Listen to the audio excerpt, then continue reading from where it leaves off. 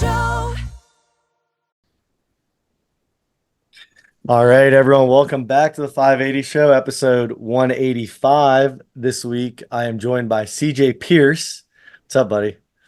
What's up, guys? Glad to be back. I feel like it's been like 2 years. Yeah, I think So I I'm think you've been excited. on what, two times? I think I've been on 2 times. Yeah. I've enjoyed both of them. So if you don't know about CJ, if you're watching on YouTube, his Instagram's up, but it's strong_teacher94. And CJ has a very long and impressive resume in strongman. So I got to brag about him a little bit just to introduce our guest. So CJ's won, I guess we'll call it Strongman Corp, NAS, whatever you want to call it, nationals at 200 and under U90 twice. He just won USS Nationals. That's his most recent win in the 220 class, so 100 kilos. He's won the Clash PSL 2022 champion, 200. What else? I mean, 5 times Arizona strongest man. And strongman coach as well. So it's a long list. And he's a very smart guy, great competitor, good person. So I'm always excited to have you on, man. Well, Josh, I am flattered. I am flattered. It's My wife always says, always let someone else brag about you because I get socially awkward about it. So like my colleagues will be like, "Yeah, how was your trip to Denver?" I'll be like, "Oh yeah, it was good. I hung out with my friends." You know? yeah. It's hard to sometimes it's hard to talk about the stuff you've done in the sport just because it feels awkward to talk about yourself. So Yeah, it is. It's really hard. I mean, and I know it's not like you're not proud of your accomplishments. It's just awkward sometimes. So no, man, I kind of almost stumble over my words because you have such a long resume in strongman. And I guess the first thing I kind of want to talk about is one thing that's impressive about you is that it kind of seems like you'll compete wherever weight wise. And I think when you first started in strongman, you started kind of in the lightweight as you could get, right? yeah, so I started when I first started from my weight, I think 173 pounds. Mm-hmm. And that was, wow, okay, I'm 30 now. That was 8 years ago. I started as a 175er. Um, so yeah, it's been a journey. And as I've gotten bigger, I've realized, you can't make those weight cuts anymore. Eventually you put on too much muscle mass. It's just not worth cutting down. Yeah. So I think I spent 2 years as a 175 and then I spent 3 years as a U90. And now I'm just kind of whatever, Yeah. for the competitive shows, like, USS Nats, I was pretty close to 220. So I just went to 220. But yeah, it's been a journey in terms of weight. Yeah. So with all that being said, what's kind of what do you want to still do? Do you have kind of like a checklist? Do you have a couple things in your sights? What's as an athlete? Yeah. So, I mean, so this year I took my work very seriously. We talked about this before the podcast started. My wife and I, we've been married now for 2 years, kind of starting to take the career a little more serious. So this past year has been a lot about just advancing my career. So now, working as an administrator versus a teacher. But no, there's still things that I want to do. There's still competitions that are kind of my bucket list competitions, and I guess the standard ones, I want to do an OSG. I want to do a PSL again. I want to compete. Hopefully in May, I want to do PSL as a U105. I'm going to try gain about 12 more pounds, fill out that 231 class a bit more. And then my weird one, I want to do stones of strength. That's my weird one because I love stone lifting. I love it. Even though I'm not built for it, I love it. So those are kind of my big items. But like you alluded to earlier, I just love competing. It's my favorite thing. Some guys love the training. I actually don't like the training. I train. Typically, I'll train during the week. I'll train for 2 hours total during Monday through Friday. I'll train, on Wednesday and Thursday for 1 hour. And then during the weekends, those are my longer workouts. But really, I'm the type of competitor who trains to compete versus training to train. Yeah, that's interesting because everyone kind of has their own things. Like some people just love to train and then they'll do like one competition a year or even farther gap. And that was actually one thing I had written down because if you follow CJ on Instagram, I've seen you go in and like it's probably from like your school's gym or something like that, but it's like I had like 30 minutes to hit this workout and it's like really impressive. So I think it's a good example, and you can probably talk about it a little bit more, but it's a good example that you don't need like 3 hour training sessions to be super successful. I think you're a really good example of it. Well, yeah, yeah. I mean, and so from my perspective, I've always had the tendency when I was younger. I could manage it. I'm not old. I'm 30. I need to stop saying We're that. the same age. Yeah, yeah. When I was younger, though, I'd run myself into the ground because I had more free time, Yeah. right? Like I was in college. I could train 6 days a week for 2 hours a day and not really have problems besides not making as much progress as I should have. But nowadays, I've made more progress off these shorter workouts during the week, these like 2 1 hour workouts where I do a compound movement, some trisets, and then I go home. You know, I've had more success doing that because I'm just not running my body into the ground anymore. Yeah. Uh, which, if you let me do it, I'll do it. Right. So it's almost better that I'm busy. Yeah, it's funny because like even not being old, but you still have 8+ years of strongman miles on you, and it's funny how you have to adjust like throughout the years. And even when you're in college just lifting to be a bro or whatever sport you're playing or whatever, it's just miles on you. You know, some people start when they're 28 and don't have all those lifting miles on them. So it's a little bit different, but I just think it's cool. It's funny because you mentioned college, and I remember like you just have unlimited time to do nothing but train. And like I have kids that are like interns and in our area, and they're at the gym over the summer, and they're like, yeah, it's just so hard to get in here and train. I'm like, dude, you're in college. You have no idea how easy it is to train. Just wait till you get your first, your first big boy job. You get married, and then you have kids, which are not me yet. Yeah, I got a dog who's a kid, yeah, but those different things in life really impact how much time you have for training, which is why I'm a huge advocate, for the guys who coach, for the guys who program those kinds of things. Be flexible with people's lives. right. For a lot of people that that you work with, that I work with, training isn't their number one priority. And Right. we need to all be cognizant of that. You know, that's so funny you say that because I actually had a consultation with a client that's coming on board this week, and we were talking about it. And I'm not trying to throw shade at like Pro Strongman or like some of these programs that like people put out, like, big name people. And they put out these like programs that are, 5, 6 days a week. They're not individualized. And I'm like, you have to understand, that person, that's their full-time job. And they're not looking at it from, you know, John Doe, the father of three that works 60 hours a week. It's like, that's why I think for you, individualized coaches, you and I both do it, but there's plenty of them in strongman or whatever sport you do. That's why I think it's so important to get one like that if you're someone that's, you know, not confident enough to program for yourself, because an individualized coach will help you work around that exactly like you said, because it's not a lot of people's number one priority. As much as we love it, that's just the truth. Yeah, I mean, like, so for me personally, strongman is stress relief for me. Honestly, Sure. usually besides coming home and seeing my wife, the best part of my day is going to the gym. Right. Like I love it. I love it. I love going to the gym. It's stress relief. When you start programming people to where it becomes stressful on their lives, that kind of takes away the purpose for most people. It's a Right. hobby. It's a hobby for me to go enjoy. And the second it's not fun, it's probably time to go jump into another hobby. Right. But Right. I've been doing this now for 8 years. It still hasn't stopped being fun. Right. So I hope that continues. And I think a big part of that's just that I think people stress about titles. They stress about making these huge leaps and these huge gains. They don't see that the real benefit to strength sports is just that it benefits your life and it just relieving stress. Yeah. Yeah. That's so true. It's such and you have to realize, even if you're stressed out about it, don't be, like you just said, because it's such a positive hobby and you should be fun. Like, how many of your friends now are through Strongman? Like, how many people do you just talk to all Oh, the time? You yeah, know? yeah. No, it's crazy. Like, I've met so many friends through this. I feel like when I first started Strongman, 7, 8 years ago, I feel like I maybe have like 20% of them left who are still competing.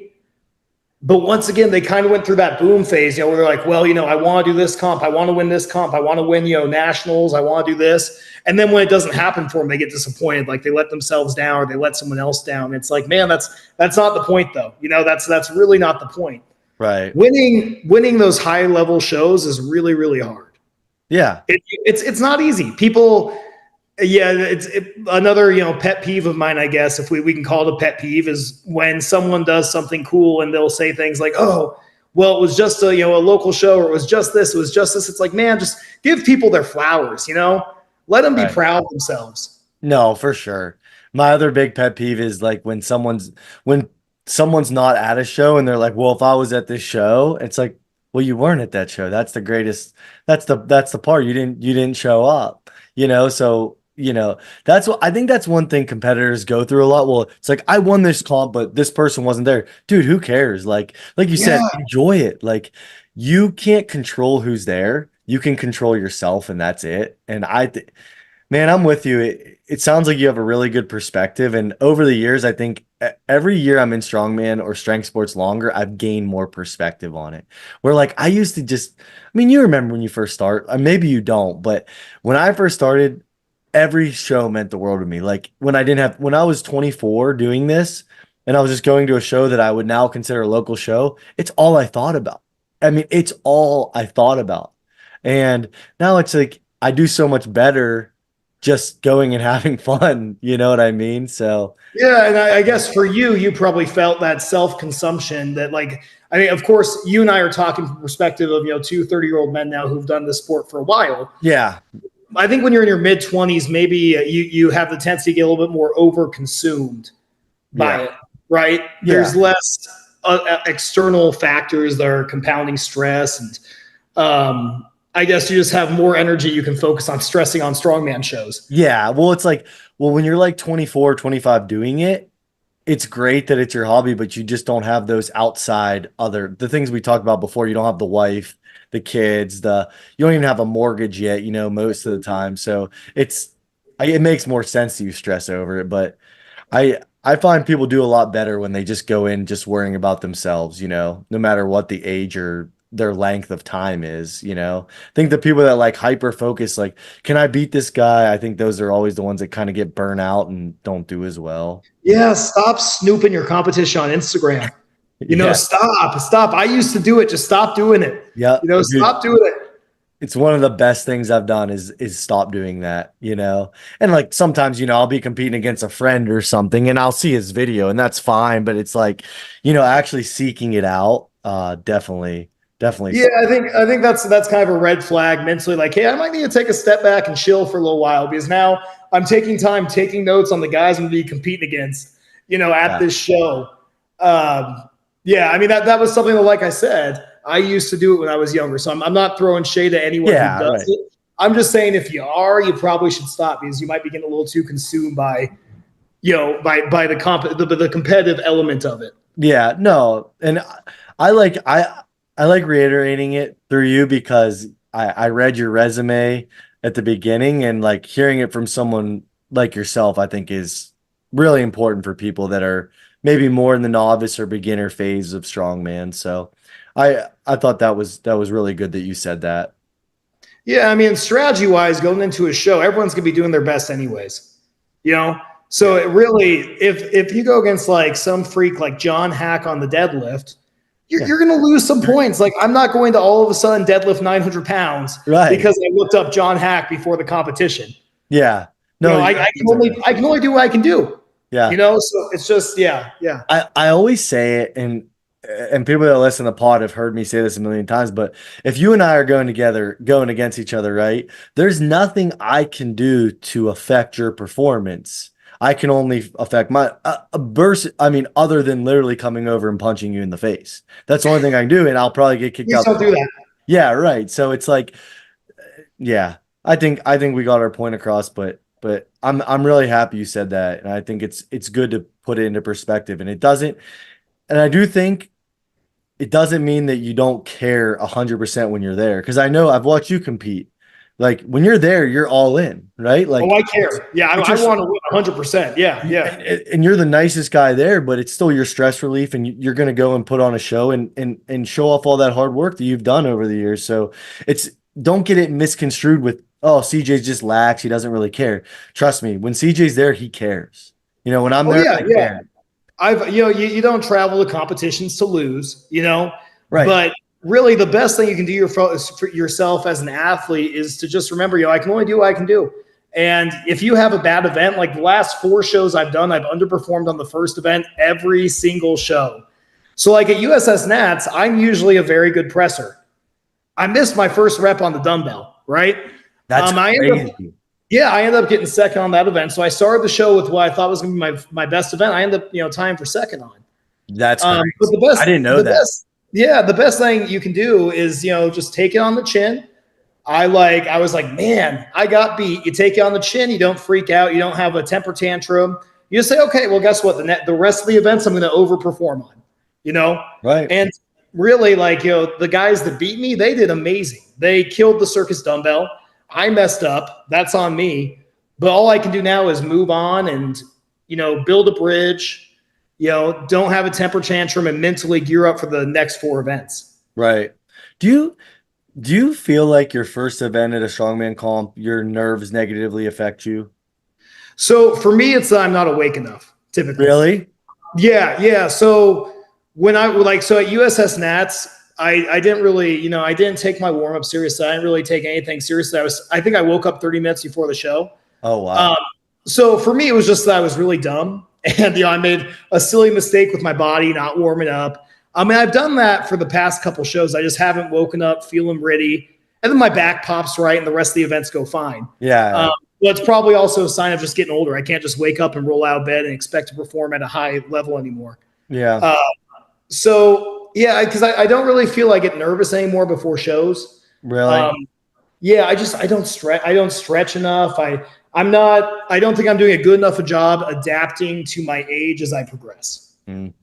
That's interesting. Yeah, because I'm sure everyone has their own thing at competitions. Mine is I get like super nervous until I get that first rep at a competition.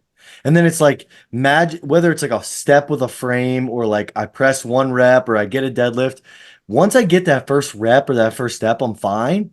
But it's until then I'm wound so tight. So I was just curious how you felt. Yeah, and maybe that's it. Maybe it's subconscious. Yeah. So like then the other events though, I got first on the yoke, which I didn't really expect. I thought somebody would be faster than me. I really didn't expect that. I got second on the deadlift, which is huge for me.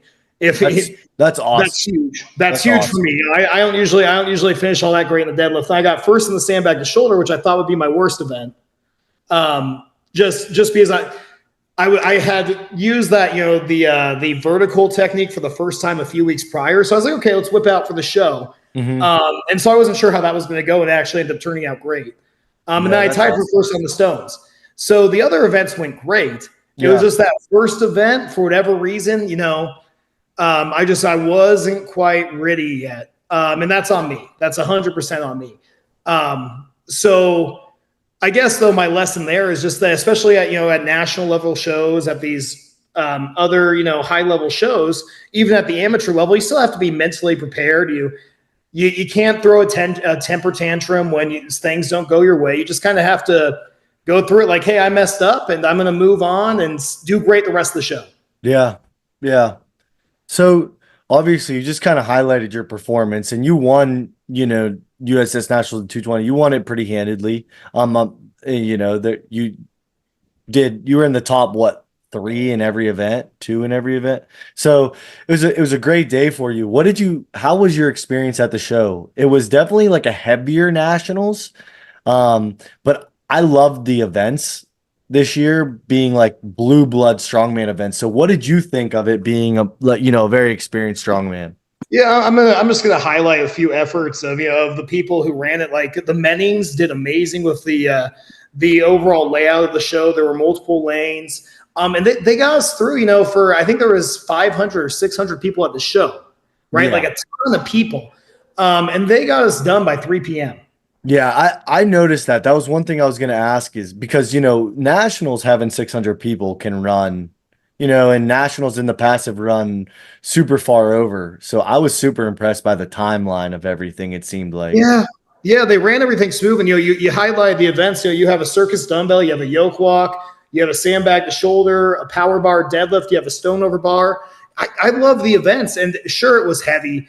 But at those shows, I do agree with the rule of thirds. 1/3 should kill it, 1/3 should get a couple reps, then maybe 1/3 zero at these Yeah, national shows, and that's okay. And that's how it was at this show. Was for the most part, the show followed the rule of thirds. yeah, Uh, but like you said, they picked great events. Everybody had a chance essentially to train for those events. There weren't really any gimmicky implements. yeah, The only thing guys had to worry about was getting their tacky right on the stone. yeah, yeah. No, But man, you made a great point that I want to highlight is you said, everyone pretty much had the ability to train those events, which I think I'm such a huge proponent for that because especially at nationals with this many people, I don't like when they throw a flash in the pan and then everyone has to buy those because everyone's going to try to buy them, or do some dangerous stuff to like rig up something similar. Because I think at nationals, it should be those blue blood events. And you think about the barrier to entry in powerlifting versus strongman. People say, oh, how's powerlifting so much bigger? Well, the barrier to entry, you just need a barbell, right? You need a barbell and weights because you can squat, bench, and deadlift. So I think if we make that barrier to entry a little bit more manageable, especially for our biggest shows, I think it's important. So I'm glad you said that. yeah, and I'm definitely not throwing any shade at innovation. Being innovative is a very good thing. You just For also have sure. to sometimes temper down your innovation.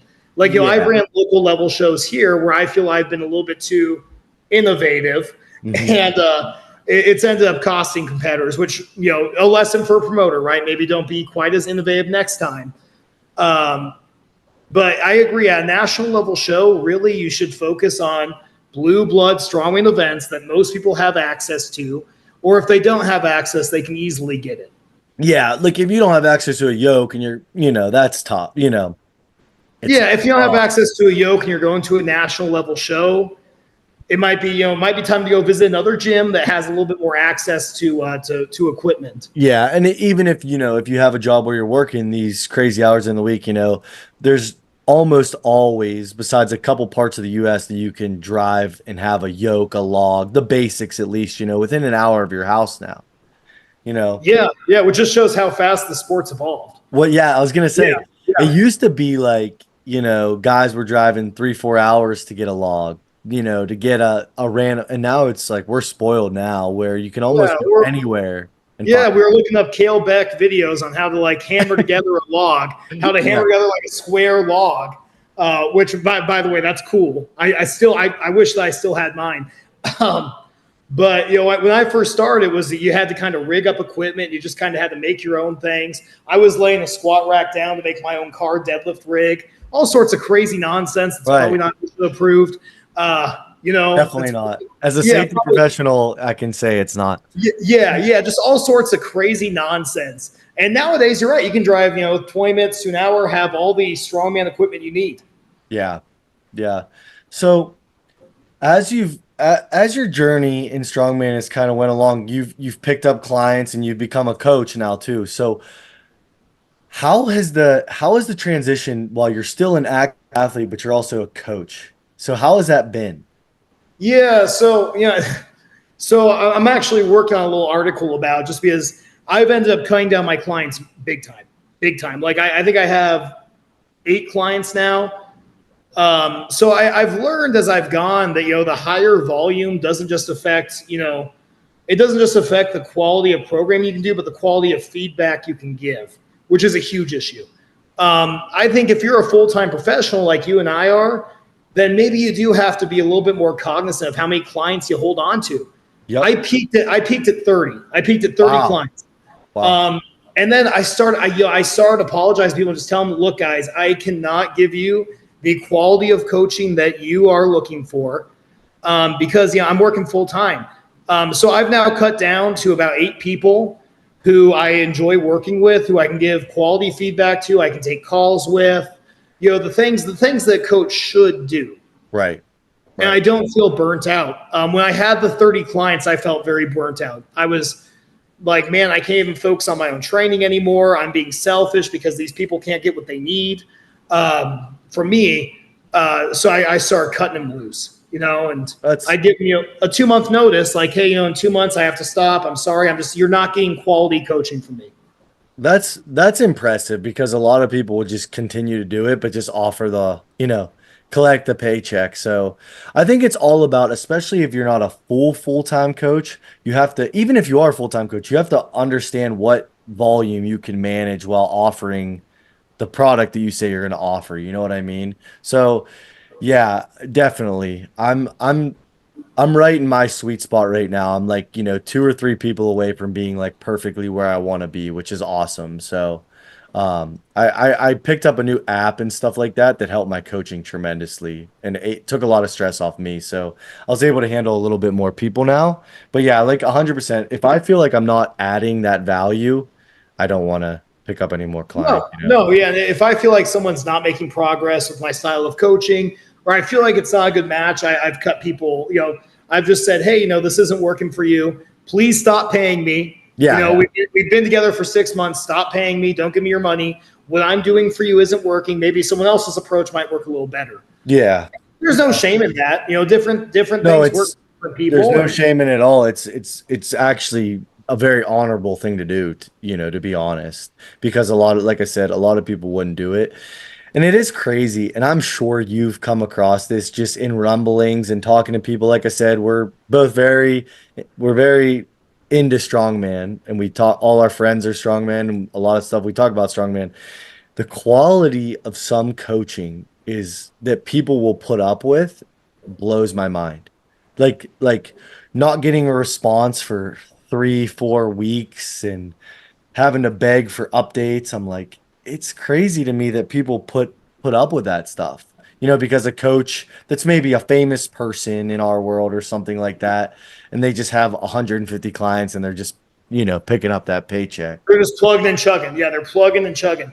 Yeah, and I completely agree with you. And I really think it's important for people who are receiving coaching to really reflect on what they're getting out of it. Because if you're not making progress with your coach, if you're not feeling like the feedback is what you need, then if your coach gets their feelings hurt because you don't want to continue paying them, then that's on them. Right. I've had people tell me that hey, it's not really working for me. I think I'm gonna go a different direction. I just say, okay, that's totally okay. That's fine. That's good 100%. on you. Thanks for letting me know. Yeah. And I do also think like if you're a client and you're listening to this, like you have a coach and you're not happy with your coach, I always do think you should look inward first because I do think some people don't send the videos or ask the questions or maybe ask him in a way that's productive. They just get frustrated and then expect, if I'm CJ's client, I expect CJ to know I feel like crap and I'm frustrated when I didn't really relay that to him. So it goes back to kind of what we were talking about at the beginning.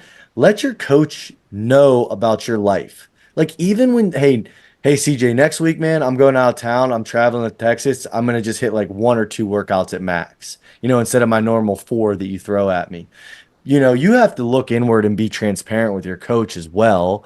But once you're doing that and your coach isn't giving you what you want, then it's probably time to move on. Yeah. I think there needs to be some transparency between coaches and clients. And like Yeah. I said, I have very good personal relationships with the people I coach now, which is really nice. Because I do think it's important, to understand their life, to know where they're coming from, understand their stressors. Everyone's got different stressors, and obviously, appropriate relationships with clients, right? Yeah. Like, yeah, appropriate relationships with clients. But yeah, part of it is understanding their personal life. There's lots of people who I've coached who I no longer coach who I've just become friends with. Yeah. Just because, I coached them for, 2 years and they wanted to go a different direction, but we became buddies. I'm still buddies with them today, even though I'm no longer their coach. Right. Um, I like what you brought up earlier. I want to kind of highlight how it is a two-way street, though. Because I did put up with some nonsense as a coach that I really shouldn't have put up with. Yep. You know, yeah, I'm sure you've gone through the same thing.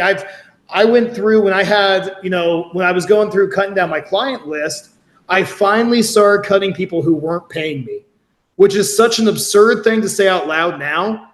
But like I dealt with people not paying me for like a year and a half.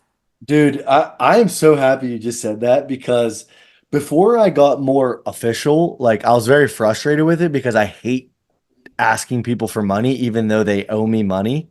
I'm like a Yeah. very, and I shouldn't be that way because I'm a business owner and a coach, but like it just like it rubs me the wrong way. And then like I was letting it compound. So I was the same way before I like raised my prices and got more official. I was like, I'm done with that, you know. But it is silly to say, but it's true. I Yeah, dealt with it too. I can't believe I did that. My wife kept telling me because I was getting frustrated with it. Hmm. She's like, "Well, honey, you have to express them that you're frustrated. You have to express to them."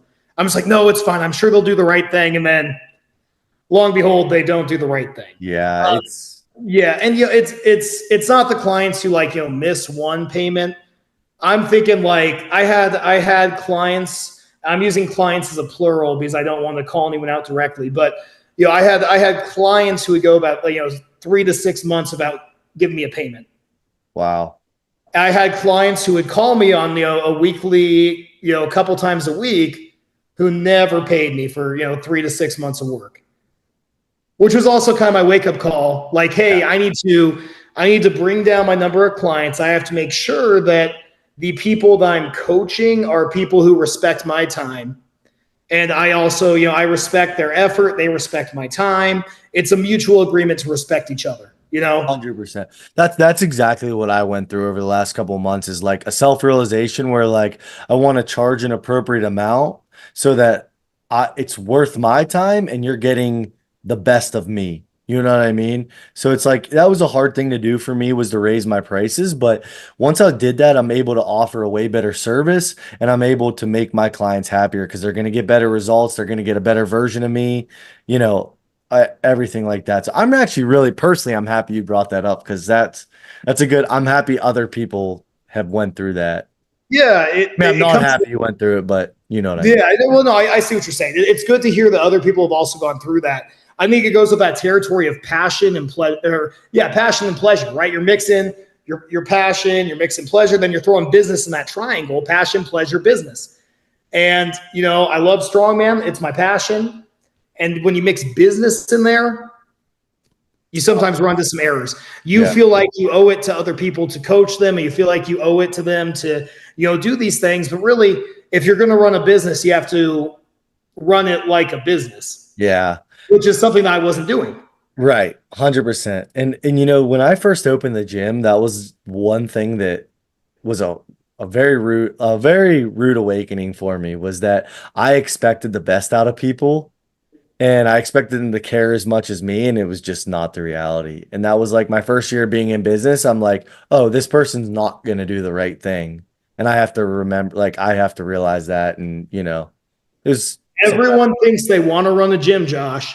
yeah, Everyone thinks they do, and I'm telling you, if you do not understand, because I'm good friends with our gym owner. I'm good friends with multiple gym owners. yeah. People don't understand how terrible customers can be. Oh, for sure. For sure. And, you know, even us being a smaller gym, you know, I say that, but we're like 150 members nowadays, and that's awesome. Uh, I'll be I'm very brutally honest when people come to me and say they want to own a gym. And I do that out of respect. I'm not trying to be a dick. Um, but I do it because I've done it now for over 4 years. And it's tough. You know, I love lifting as much as anyone, but the days that it sucks, it sucks. I trust me, I love it and it's what I've always wanted to do, and I would never want to give it up. But some people I don't think are cut out for it as much as they think they And are. the grass is always greener. Yeah, yeah, When you're living in your reality, you feel like other people have it better, and you have these fantasies of a different job, these fantasies of different occupations, and no, the grass is not always greener, right? Any job you walk into, there's going to be stressors, yeah, right? I mean, you choose a job that, sure, the stress is worth the outcome. yeah, And for me, owning a gym is not like that's. I love the gym. I don't think I'm cut out to be a business owner, which is why I work in the public school system. yeah. Which Yeah, no, yeah, and okay. it's not for everyone, and that's what No, I think people. I think you see a lot of gyms pop up for like a year or so, and then kind of go away. And I'm just so lucky that I love it as much as I do. And I mean, I also have a great team. I think that's been a huge thing is I came in 580, we had like a good base of like 10 to 15 guys when we first started, and we were able to like kind of set that culture from day one where I think our gym, like when I travel for work and stuff, I don't I take it reminds me to be how grateful I am for 580. Like the culture that we have where I never go in and there's weights out. Like very rarely, like someone will leave a 10 out, but like, man, our culture is so set now that like I don't really have to even remind people to put weights away, which is amazing because other people will remind them for me. So it's awesome, but there's definitely the hardships. It's funny, we were laughing last night about it, and said I won nationals, and the next day I was on my hands and knees scrubbing the toilets at the gym the very next day. It's like, you don't realize, that type of stuff in the business, Yeah, that's the reality. You kind of have to be a jack of all trades. Like, oh, the power's out. Go figure out why the power's out. Well, Oh, yeah, so that's out the toilet after drinking too much pre-workout. Go become a plumber. yeah, Like well, yeah, I'm lucky to have my dad. He's like a jack of all trades, genuinely, and he's like my on-call maintenance guy that is a lot cheaper than what I think a on-call maintenance guy would be. So, yeah, like I said, I'm just lucky to have the team I do. But yeah, it's you really have to connect yourself with the community and especially at those smaller gyms, and recognize like, oh, okay, this guy's an electrician. Maybe I can throw him some business, sure, right? yeah, Like, no. recognize who has skills at your gym, and Hey man, the one of my training partners owns a construction company. He built like a Christmas sled for us for our event. He built our power stairs. He's built other stuff, but he's also put the fence in my backyard. So like definitely networking has been a huge thing with the gym. yeah, that is so cool. And I was gonna bring this up earlier about innovation. I wanted to bring up an example of good innovation. Yeah. Brett Fain from Iron Vault in Florida. I think he runs like the coolest shows I've ever seen. Hmm. He had like a power stair into like a stone stair ladder. I just saw that last It looked so dude. cool. I sent that to a couple people. I actually DM'd that event. I didn't know who was it again. I want to make sure I follow him. Yeah, Brett Fain. He runs Iron Vault. Iron Vault. He's done a car flip in his show. He's I think at this last show too, he had a frame carry that was two fridges jerry rigged together. All the events he runs just look awesome. Yeah. See, it's definitely cool if you can pull off a cool event. Like if you can do it, but one thing I would stress to promoters is test, test, test, test. Like Yeah, you have to, and you have to do all like at our most recent show, I got caught. Like I made a mistake with an event and it made our show go a lot longer than I typically like. Like I usually pride our shows on being like 5 hours or under, even with like 100 people. And there was one mistake and it made our show go way longer. And but yeah, that's so funny you say that because that event was so cool. So maybe I'll have Dante link it in here, but so people can go check it out. But yeah, it was yeah, awesome. it was so cool. And Brett always, he always is trying to do these innovative things, but it's good innovation. Mhm. That's like those are examples of good innovation. It's a local show where guys might be going there because of the novelty of the event. Yeah. You know, I think he had a lever squat Hmm. also. So Yeah. just like I think he had people standing on top of the lever in the back. And to That's do cool. that for just a local level show. It's I mean, awesome. yeah, I told Brett, I was like, I'm gonna end up having to fly to Florida next summer Yeah. just to be in one of these shows because of how cool you make the events. Yeah. And I would just tell promoters like it's awesome to have ideas like that, but don't just throw crap at a wall and hope it sticks. You have to like have this implement way in advance. You have to have people test it because I can speak from a promoter standpoint, no matter how much you test stuff's going to go wrong on comp day, so you want to mitigate how much can go wrong. Yeah, oh, totally. And you better have experience running comps too. Don't go into a comp. Yeah, I saw a comp pretty recently where I think everyone zeroed the truck pull. I've actually seen that at a couple shows where everyone I've zeroes the truck pull. I've been to some shows like that. Yeah, it's You can just tell it wasn't really tested. And it yeah. wasn't tested in the right spot. It wasn't exactly where And you just don't want that because it causes frustration for the competitors. It causes frustration for you. People are butting heads. The promoter's like, well, everyone's zeroed, so it doesn't really matter. The athletes are angry.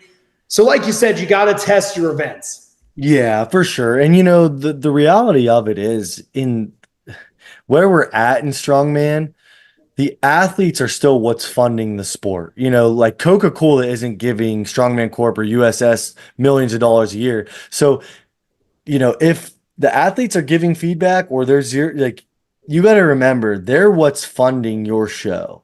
So, you know, I, I don't want to ever leave a bad taste in someone's mouth by like, oh, he clearly did not test these weights out and every single person zeroed for the entire show. Like that's a huge middle finger to me, like to the competitors. And if I'm a competitor, I'd be pissed about it. Yeah, So one thing that I found with the local level shows here is it's definitely more accessible to guys. If I run a very standard show, there's maybe a log press, there's a deadlift, there's a yoke carry, and then there's a stone. yeah, Right? Like simple events that really it's really hard for those to go wrong. yeah. And it's So like, yeah. yeah. I mean, if you're a promoter, my advice would be like, pick, have a press, have a deadlift, have a carry, of some sort, and then then you can kind of have whatever you want, but like pick the 3 or 4 events that are like strongman, like have a grip in there too, Yeah, and then just it's like if you want to have a fun event, do the 5th event as more of a fun event. yeah, make it so that people can train for it and make it so that there's very little that can go wrong. I'm not super experienced as a promoter. And like I said in my first show, the first show that I really promoted truly on my own. It kind of went off the rails because I was trying to do too much with one event. Yeah, I had competitors getting frustrated. I was getting frustrated. It was definitely a my fault thing because yeah, I for didn't sure. consider all the factors that were going into this event. So I think at a local level, it's much better local level where you're not experienced. It's much better just to keep it simple. Right, right. Keep Yeah, it simple. 100%.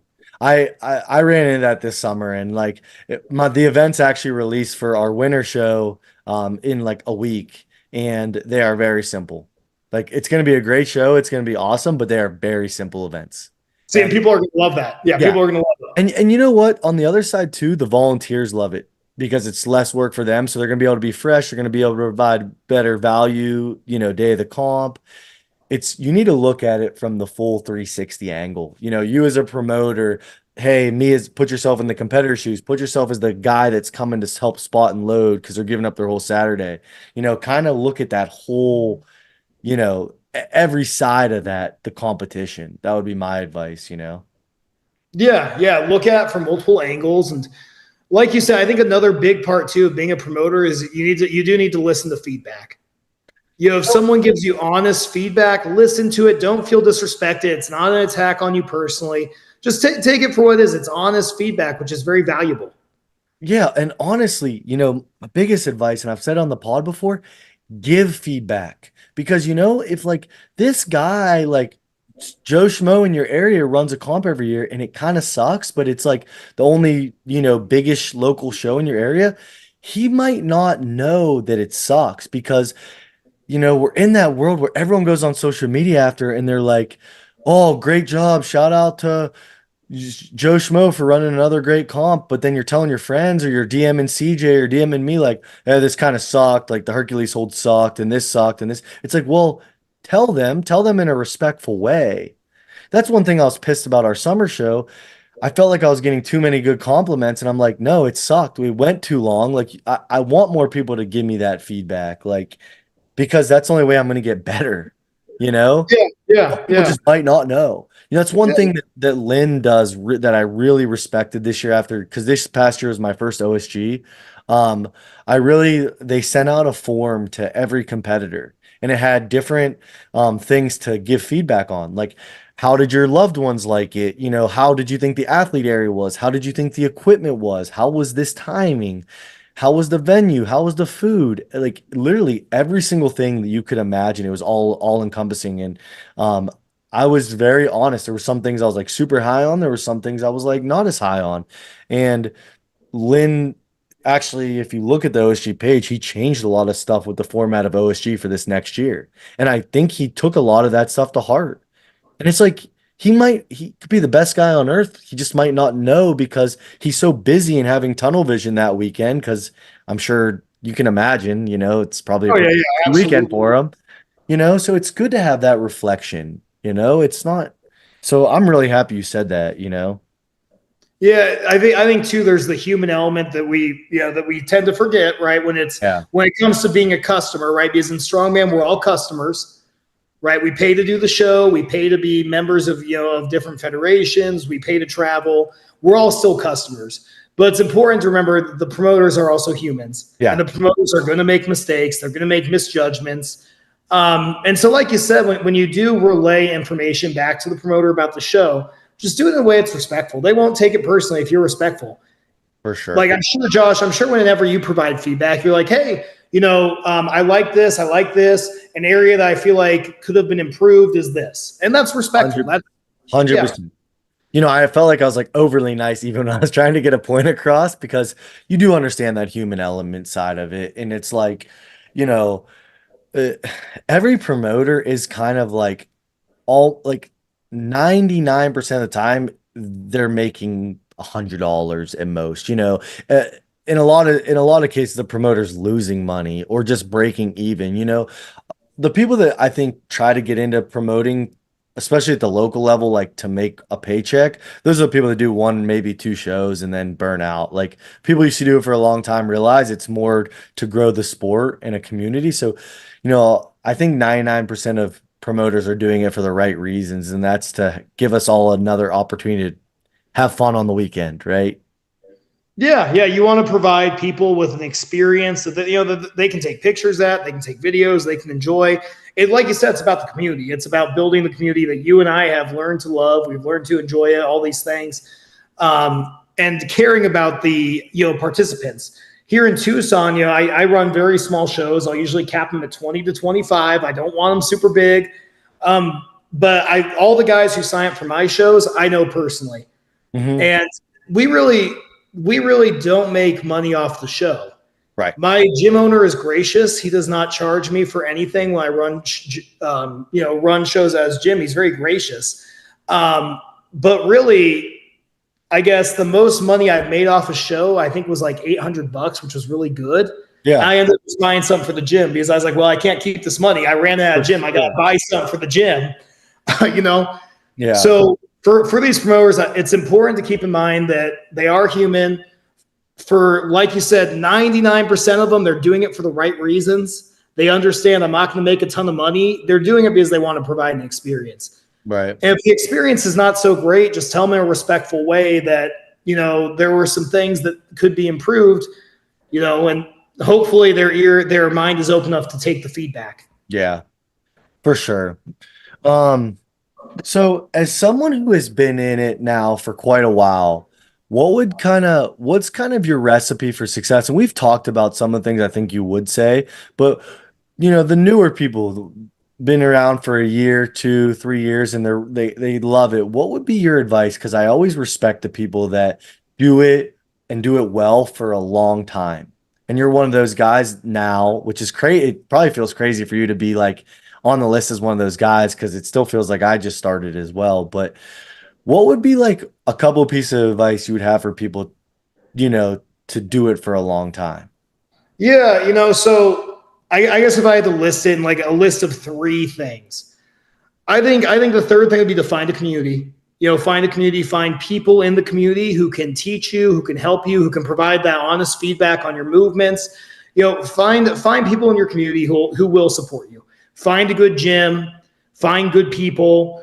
I think that's very important. Right now, at the gym that I train at, we've had the same real core, 10 guys who do it competitively for, I think we've all been together for about 6 years. So the community is very strong. So find that community. That'd be one of the things. The second thing I would say is, just honor your progress. Really honor your progress. Celebrate the things you do well. Don't get caught up in social media as much. It drives me nuts how many guys have said like, oh yeah, well here's like a video of me deadlifting 600, but I know it's not that strong. 600 is still a really good deadlift. 600 is amazing. It's just that we go on social media and you scroll down and you see a bunch of guys pulling 800, 900 pounds. So don't get so caught up in social media that you can't respect your own accomplishments. And like I said, find people who are positive around you, who can respect your accomplishments, who can give you props when you do things well. Yeah. Yeah. Avoid people who are negative and who want to highlight, when you say like, oh yeah, I deadlifted 600 pounds. If someone wants to show you a video of themselves deadlifting 700, run away from that person. They're not, they are in it for themselves. Man, those are amazing points. Those are amazing. I want to go back to that first one real quick, is like having that crew, because I've been so lucky with that. And I think one attribute that I see in almost every great athlete in strongman, and I'll put you in there because you're one person I classify as great, is they continuously have that beginner mentality. No matter how smart CJ is, and he's probably one of the most knowledgeable people you can talk to, and you can learn a lot from him. He'll ask, and correct me if I'm wrong, but he'll still ask questions. He'll still learn stuff. He'll still watch videos, everything like that. So I think having that small fish in the big pond beginner mentality is, every person I see that has been doing it for a long time and they're a great competitor, they all have that attribute, you gotta be able to listen and not take it personally. I got really great feedback before nationals. I had a lifter on Instagram tell me, hey man, you should try picking it this way. I think it'll be faster if these liar sandbags for you. And at first I was really resistant to it because I hadn't done it before. But I said, you know what? Sure, let me give it a try. I'm going to shoot you a video. Tell me what you think. So it was a local level competitor, giving me some honest feedback. So I tried it the first time. I was like, oh, okay. I improved my time by about 5 seconds.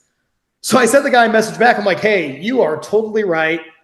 I am giving you all the props on this because you were 100% right. I should have listened earlier. So you got to be able to listen. And just because you've had success in the sport doesn't mean there aren't people who have great ideas too. It doesn't mean that your ideas aren't good. It just means there's other people who have great ideas who can share with you. Right. Well, it's interesting too, because, you could just have someone come in that's green and they haven't been exposed to a lot of the stuff on Instagram. And it's like, you have to do it this way, that they can just create like a weird, goofy, but super effective way to do something.